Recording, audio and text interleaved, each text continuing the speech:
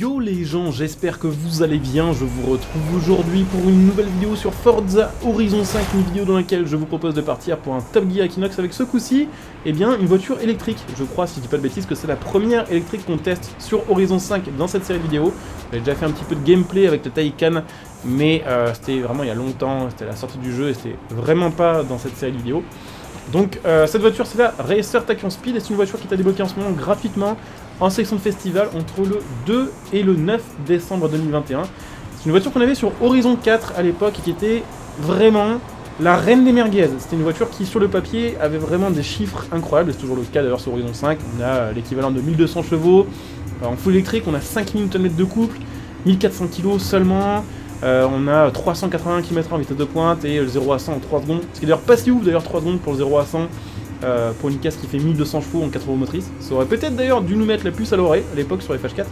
Mais c'est une voiture qui était vraiment une merguez sur FH4, elle tournait vraiment mal. Et globalement par rapport à sa puissance, on pouvait espérer clairement mieux. Donc elle est de retour sur FH5 et on va voir si c'est potable ou si là aussi on est sur un truc vraiment pas terrible. Donc pour l'instant on est full stock et on est en S2 983 et on va voir quel chrono on est capable de faire sur ce circuit. Déjà première chose, il faut quand même le dire, cette voiture a une très grosse accélération, vous l'aurez vu, mais par contre elle a vraiment un freinage qui est pas terrible en fait par rapport aux vitesses qu'elle peut atteindre et par rapport à l'accélération qu'elle a. On est vraiment obligé de freiner longtemps à l'avance en fait par rapport à d'autres caisses qui ont cet indice performance. Et du coup ouais, ça nuit clairement je trouve au pilotage de cette voiture là, vraiment les freins sont pas dingues. Donc je sais pas du tout quel chrono on va pouvoir faire avec cette voiture là. J'espère quand même réussir à la mettre dans le top 10, parce que bah, avec 1200 chevaux full stock ce serait quand même incroyable qu'on n'y arrive pas. Et on va voir, on aura peut-être une bonne surprise ou une moins bonne surprise. On a atteint la VMAX d'ailleurs 380. Ah, petite particularité sympa quand même c'est vrai pour cette caisse. Vous aurez compris, c'est vrai que je suis pas archi fan de cette voiture là. Mais petit point sympa quand même, c'est le fait qu'elle est en pilotage central, comme par exemple le McLaren F1. C'est-à-dire que du coup, bah, vous êtes au milieu de la bagnole quand vous roulez, et du coup, vous voyez aussi bien la droite que la gauche, ce qui est effectivement pratique pour faire du circuit, parce que bah, vous voyez bien votre voiture, vous voyez bien où doubler, où passer. En vrai, au quotidien, je suis pas sûr que ce soit vraiment très intéressant, parce que vous rouliez à gauche ou à droite, du coup, pour doubler, bah, c'est compliqué, parce que bah, vous ne voyez pas quand est-ce que vous pouvez doubler. Après, on peut se dire qu'avec 1200 chevaux, bon, même si la fenêtre de tir, on va dire, pour dépasser est courte, bah, ça devrait passer. Mais voilà, ça doit pas être hyper rassurant. Après, effectivement, voilà, on a une caisse qui a une accélération de fou furieux, mais qui sous-vire sa race, moins que sur FH4. Franchement, ça a l'air d'être moins une merguez. Mais voilà, toujours pas une très bonne tenue de route, toujours un freinage catastrophique en fait, hein, pour une caisse qui est aussi haut à indice performance. C'est vraiment dommage. En plus, ce qui est très con, c'est que je trouve qu'elle a un design de fou furieux. Elle a un côté un peu Batmobile, elle a un côté aussi un peu, je trouve, Pagani, Zonda, ou un truc comme ça, un petit peu à l'ancienne. Un design un peu d'italienne.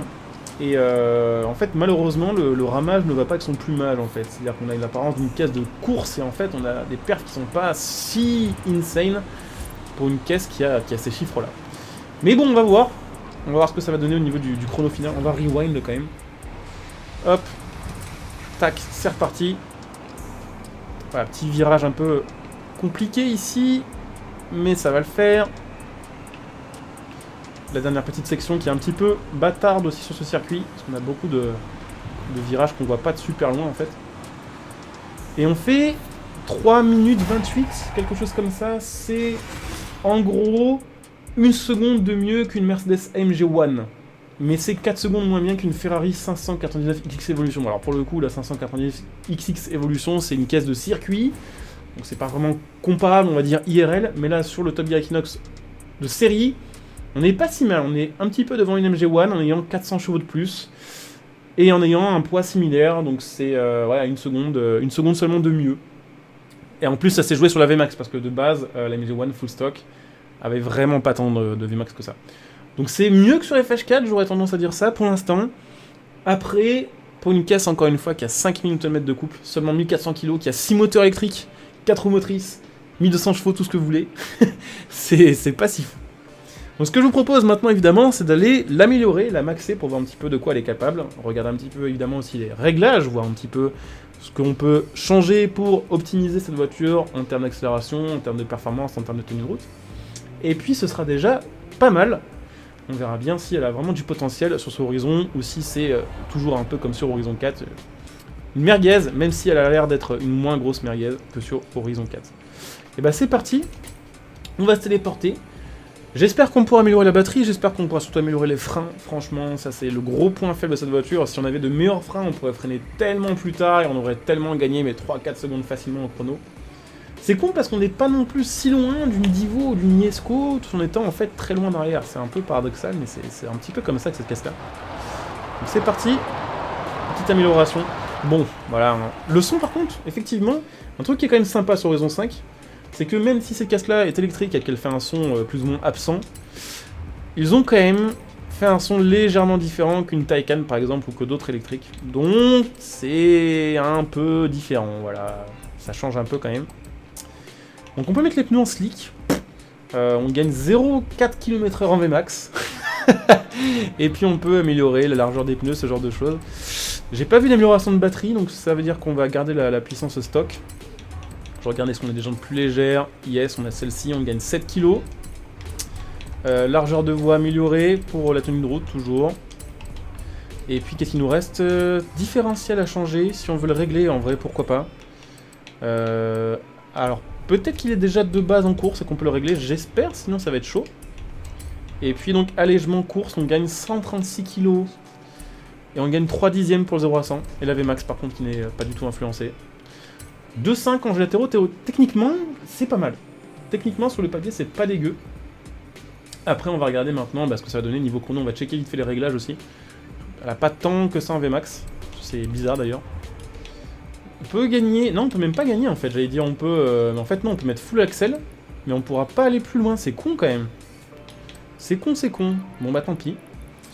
On va régler les pneus, puis on va régler vite fait la bagnole, après bon c'est le genre de caisse qui est un peu unique et à régler, je pense que pour faire un truc potable il faudrait passer vraiment beaucoup de temps.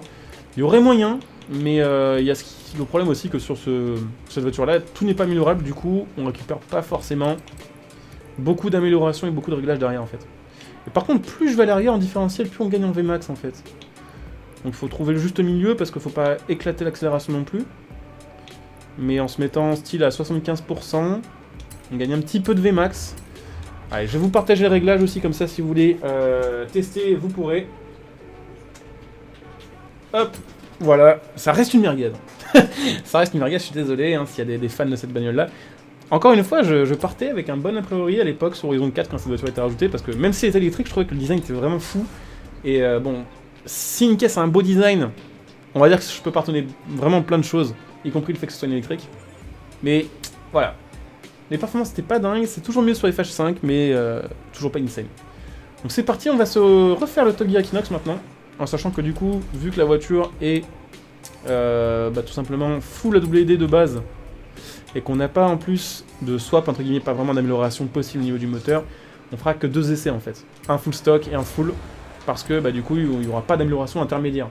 Comme je fais parfois d'habitude, où on teste des voitures déjà full, sans les mettre en 4 roues motrices, et sans changer, on va dire, le type de moteur. Donc écoutez, c'est reparti. Donc 3.22 de base.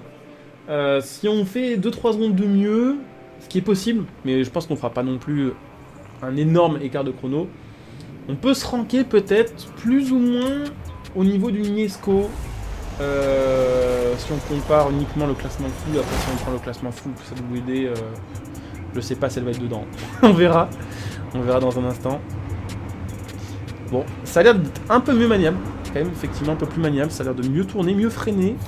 Ça s'ouvre toujours mais c'est un peu moins pire, franchement. Hop. J'ai l'impression de jouer à Halo en fait. Oh, si elle a beaucoup plus d'accélération par contre. Le fait qu'elle soit 100 kg plus légère change beaucoup les choses. On va peut-être gagner plus que je pensais en fait en termes de chrono. Hop. Ouais, elle est franchement mieux. Je sais pas si c'est les réglages ou si c'est les améliorations, mais c'est vraiment mieux. Là, ces virages-là, on enchaîne vraiment comme une caisse sportive en fait. Ça fait plaisir. Donc là, il y a moyen de gagner peut-être 5-6 secondes au final, de gagner plus que ce que je pensais. Voilà, franchement, elle est beaucoup plus maniable maintenant. Je sais pas si c'est les réglages, je pense que les réglages ont joué quand même. Ça souvire beaucoup moins et vu qu'on a amélioré, il n'y a pas grand-chose qui permettait de moins souvirer, donc je pense que c'est kiff-kiff, réglages et améliorations qui ont changé les choses. Alors le freinage, voyons voir. C'est beaucoup mieux. Franchement beaucoup mieux. Pas parfait, mais beaucoup mieux. Et la petite ligne droite, on devrait retoper, bah du coup 390 en pointe, peut-être un poil plus que d'origine du coup, vu qu'on a normalement, via les réglages, gagné de 2 km/h en Vmax. Allez, c'est reparti. 360 déjà. Est-ce qu'on top plus que tout à l'heure avec la petite descente? Ouais, très légèrement. On gagne 2 km/h. Bon. Et encore même pas vraiment en fait. On est en dessous de ce qui était marqué théoriquement dans le menu réglage. Et puis ouais. Ce qui est assez perturbant aussi avec les électriques, c'est que quand vous ralentissez, en fait vous avez le frein, vous avez l'accélérateur, mais vous n'avez pas de boîte de vitesse. Du coup, vous n'avez pas vraiment moyen en fait de profiter d'un frein à moteur classique en fait. Alors bien sûr, on peut faire des freins à moteur sur des caisses électriques, mais c'est pas comme d'habitude en fait. C'est ce genre de caisse en fait. Enfin moi perso, j'ai l'habitude quand je roule de tout faire au son en fait, que ce soit en vrai ou sur les jeux. Et je sais, on va dire par rapport au son, à quel régime je suis, dans quel rapport je suis. Je sais à peu près où j'en suis niveau vitesse et si j'arrive trop vite ou pas dans le virage. Et là, vu qu'en fait le son est totalement le même tout le temps, plus ou moins. En fait, quand vous freinez, vous savez pas trop où vous en êtes en fait. Du coup, vous êtes obligé de regarder un peu votre vitesse pour vous rendre compte. C'est un peu casse-pied.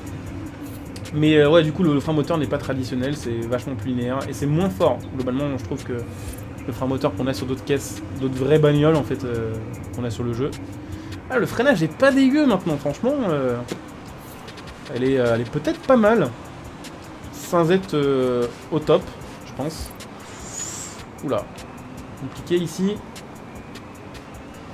Donc ouais, j'ai hâte de voir le chrono final, franchement, pouvoir me dire qu'elle est en dessous ou au-dessus de tel ou tel autre modèle de ce classement. Ça va être cool. Hop là. Toujours compliqué cette série de virages. Toujours un peu le piège. Et on fait donc 3,18 et demi, on gagne 3 secondes et demie en gros par rapport à la voiture d'origine. Et en gros, qu'est-ce que ça donne? Ça donne que si on prend un classement full, on est juste derrière une Venom GT, qui je rappelle une Propulse il y a 10 ans, qui fait 1200 chevaux, peut-être 1500 avec les améliorations effectivement, qui est un peu plus légère, mais qui est une américaine. D'ailleurs comme Racer, je crois que c'est une marque américaine. Et si on prend donc le classement full, vraiment en 4 roues motrices, comme c'est le cas de cette bagnole là en fait, on est derrière totalement toutes les autres en fait. On est derrière la Toyota NASCAR, qui était pourtant une merguez. Donc ouais, ça reste une pas très bonne voiture, ça reste une merguez, moins merguez que sur FH4, et j'ai beaucoup dit merguez dans cette vidéo, mais je pense que maintenant, globalement, tout le monde voit à peu près ce que ça veut dire une merguez. C'est une caisse qui est sur le papier vraiment stylée, et au final, c'est pas terrible en fait. Donc c'est mieux que sur FH4, mais je pense que de toute façon, elle est 10ème du Top Gear Equinox.